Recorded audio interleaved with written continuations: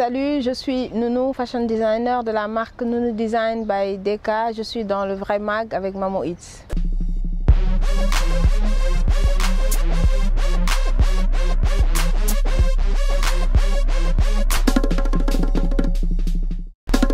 Nounou Design est une marque de vêtements qui existe depuis 8 ans. Nous faisons de la recherche de matière par rapport au textile africain. Donc nous racontons l'histoire et le vécu des peuples à travers leur textile.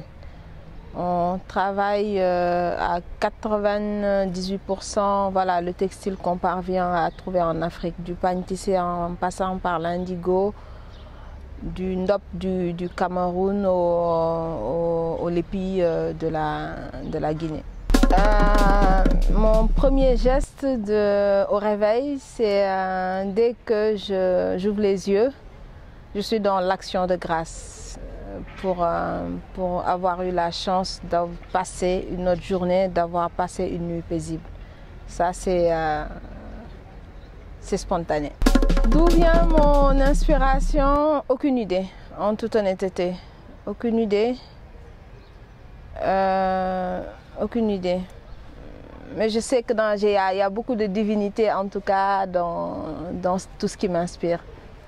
D'où elle vient, oui, de la divinité, mais voilà, je peux pas le nominer. J'ai pas d'influence, mais oui, il y a beaucoup de... J'ai des concepts qui m'intéressent et qui impactent, oui. Mais influence, non. Mais des concepts que je suis, auxquels je crois et qui me motivent à les suivre et à respecter leur travail de recherche. Je n'ai pas choisi l'indigo, c'est l'indigo qui m'a choisi. Parce que comme on dit maintenant dans le slogan par rapport à l'indigo, voilà, the blue is the new black. Ce bleu nous ressemble, ce bleu c'est un bleu qui ressemble à l'Afrique, qui ressemble à, voilà, ce bleu très prononcé, ce bleu d'Acre ressemble à notre peau. Voilà, c'est l'indigo, c'est un pagne qu'on retrouve partout en Afrique, avec des techniques de teinture qu'il faut raconter aussi et qui restent authentiques. Fadidi était la plus belle expérience de ma carrière, mais aussi l'expérience la plus dure. Collectionner des photos reste un plaisir. Je collectionne des photos noires et blancs, des photos de famille. Collectionner du textile des indépendances me parle aussi, et regrouper tout ça et les mettre dans un espace vers l'embarcadère, l'espace VEMA, était un challenge pour moi.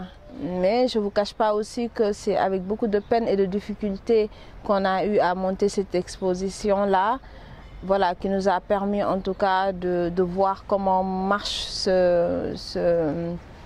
le marché des expositions, que ce soit en photographie ou voilà, le marché d'art en général.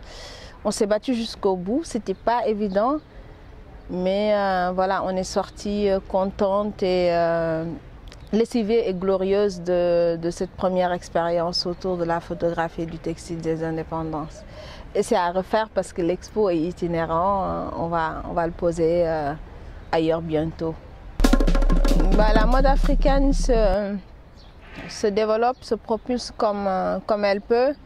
De plus en plus, on voit des marques engagées. Quand je parle d'engagement, c'est des marques qui